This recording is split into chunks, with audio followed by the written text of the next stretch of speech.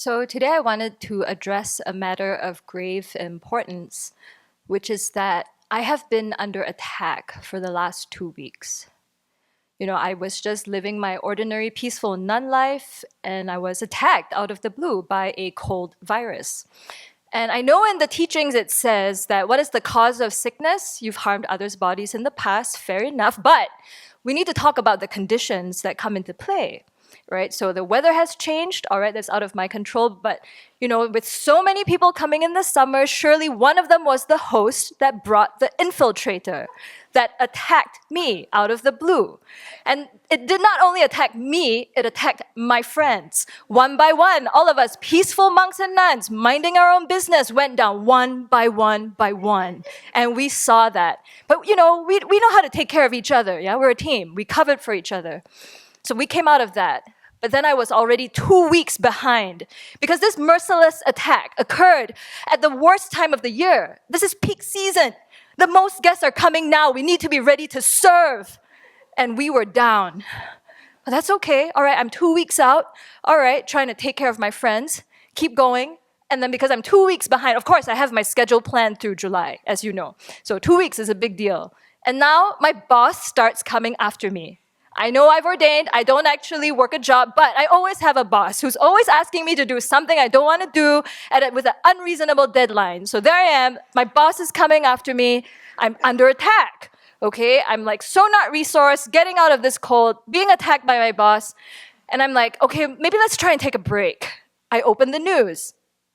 Have you read the news? They're coming to get us. Do you know that? It's a matter of time.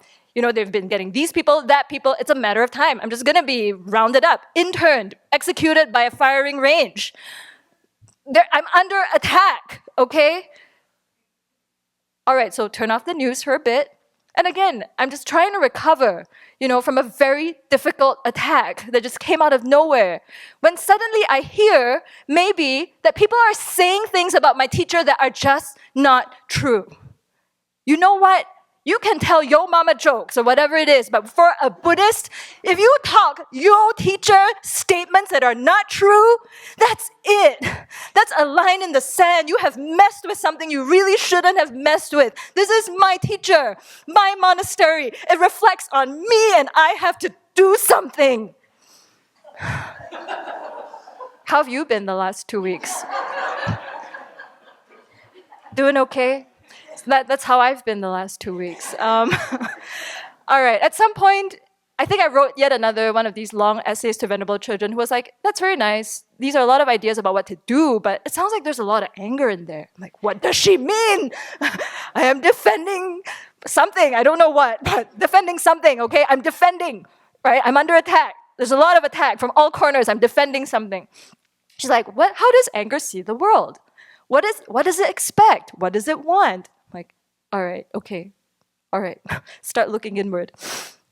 And one thing that really helped me to de-escalate actually was remembering this teaching that Geshe Yeshe Tapke gave to us quite a long time ago.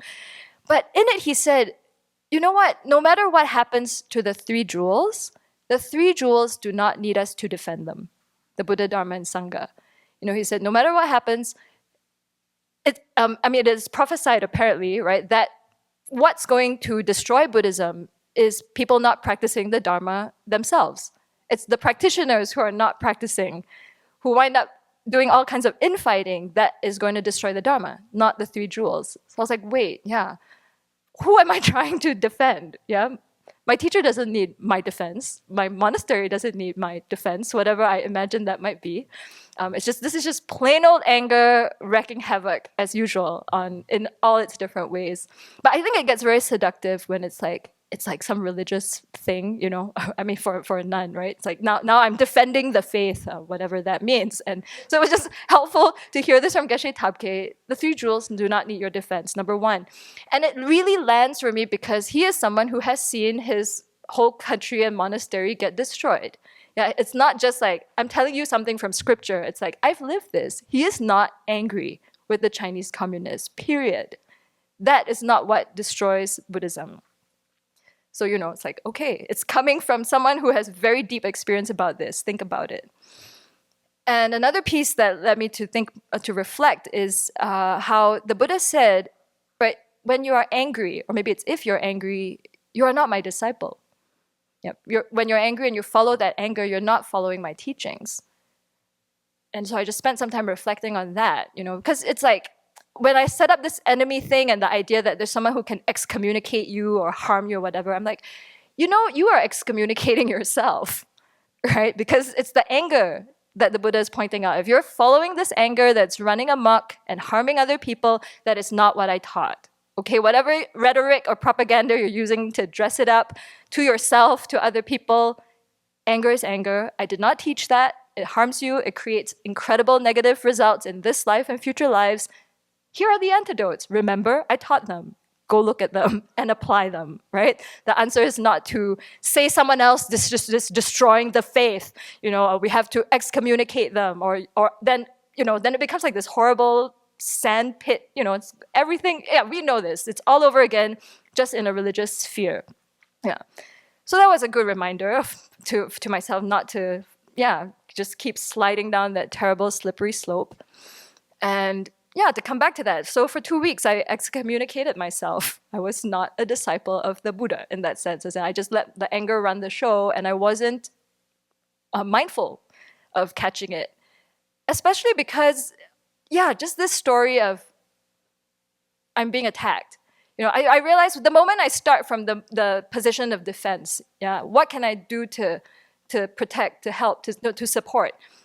And that insight also came to me because Venerable Chuni sent me an essay about a conference she had attended. And the whole starting point of the first question that was posed to everybody there from different faith traditions was, what is your church doing to resist the anti-religious movement in this country? And then as a Buddhist, she was like, whoa, wait a second, why is everything just framed in that way already? We're immediately on the defense, there's already an enemy, and we've got to fight back. So I think the moment we start seeing it in those terms, down to there's a virus attacking me, right? Just the language of that, I was just thinking about that. There's a virus attacking me, I can't see it. And you know what? We wind up blaming the host eventually, as we know too well from the whole COVID thing. You can't see the virus, so it's got to be the human being who brought it in, and then you attack them. So once we use this kind of language, it's we've already framed the whole situation in those terms.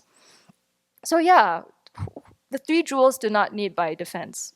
The 3 jewels are true, and as truths they remain. Until causes and conditions arise for people to realize them and to actualize them.